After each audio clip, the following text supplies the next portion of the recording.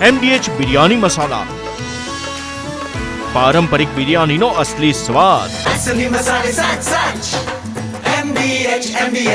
સમાચાર ભાવનગરમાંથી સામે આવ્યા હતા કે જ્યાં ફોરેસ્ટ અધિકારીના પરિવારના 3 જણાના મૃતદેહો મળી આવ્યા હતા। આ મામલે સમાચાર સામે આવી રહ્યા છે।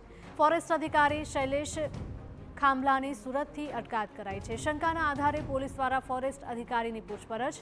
અધિકારીની ગુમ થયેલી પત્ની અને 2 સંતાનોની 10 દિવસ બાદ લાશ મળી આવી હતી। ફોરેસ્ટ ક્વાર્ટરની બાજુમાંથી ત્રણેયની લાશ મળી આવી હતી। 5 થી 7 ફૂટ ઊંડા ખાડામાં ત્રણેય લાશને બાંધીને દાટી દેવાઈ હતી।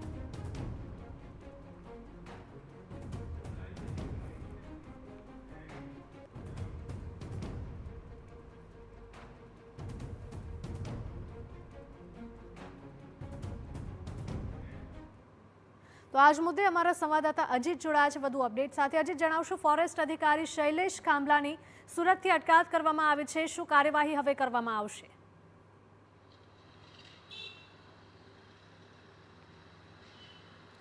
જી હિરલ, વાત કરવામાં આવે તો ભાવનગર શહેરની અંદર ગઈકાલે એક બહુ મોટી ચકચારી ઘટના બનવા પામી હતી।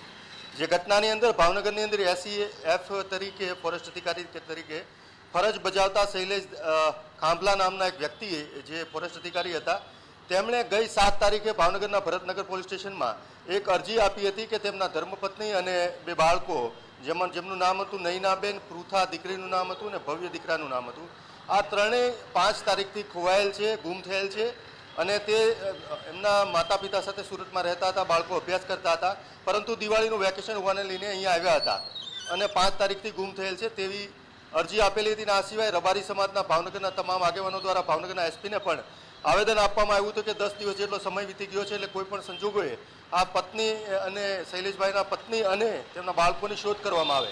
આખરે પોલીસે ઘટનાની ગંભીરતાને લઈને શોધખોળ કરી અને પરમ દિવસે પોલીસને એક બાતમી મળી હતી કે ફોરેસ્ટના જે ક્વાર્ટર છે ત્યાં કોઈ દ્વારા JCBથી શંકાસ્પદ રીતે ખોદાણ કરવામાં આવ્યું છે, જેને લઈને પોલીસ એક્ટિવ થઈ હતી અને આખરે પોલીસને ફોરેસ્ટ અધિકારીનો ક્વાર્ટર છે તે ક્વાર્ટરની બાજુમાંથી 5 થી 7 ફૂટ ઊંડો JCBથી ખાડો કરેલ અને તેની અંદરથી બાંધી દીધેલી હાલતમાં એક મહિલા અને 2 બાળકોની લાશ મળી હતી।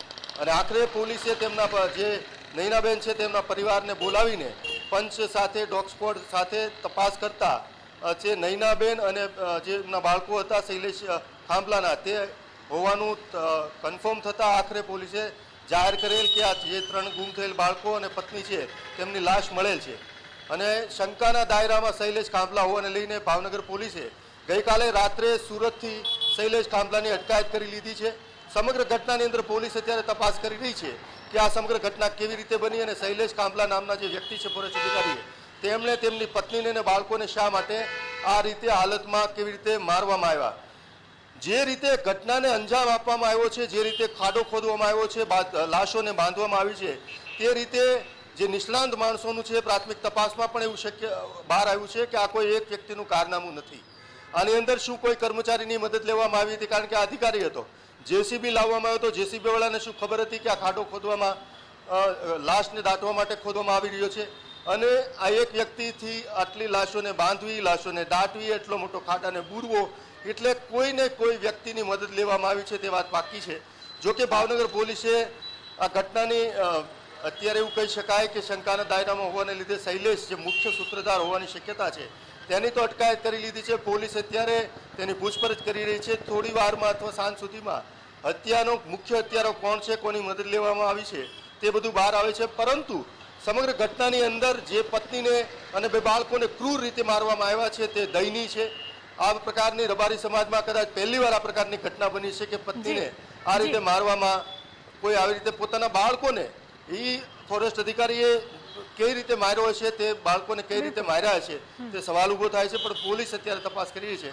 ટૂંક સમયમાં હત્યારો અને સાથે મદદગારીનું બહાર આવશે।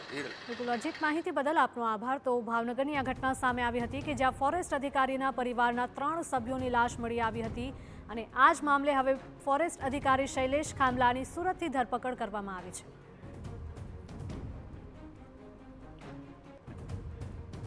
MDH કિચન કિંગ મસાલા રસોડામાં હોય તો આપણે કંઈ પણ બનાવી શકીએ છીએ। રીંગણાનો ઓળો, બટેટા ફુલાવર, ભીંડી મસાલા અને બીજું ઘણું બધું।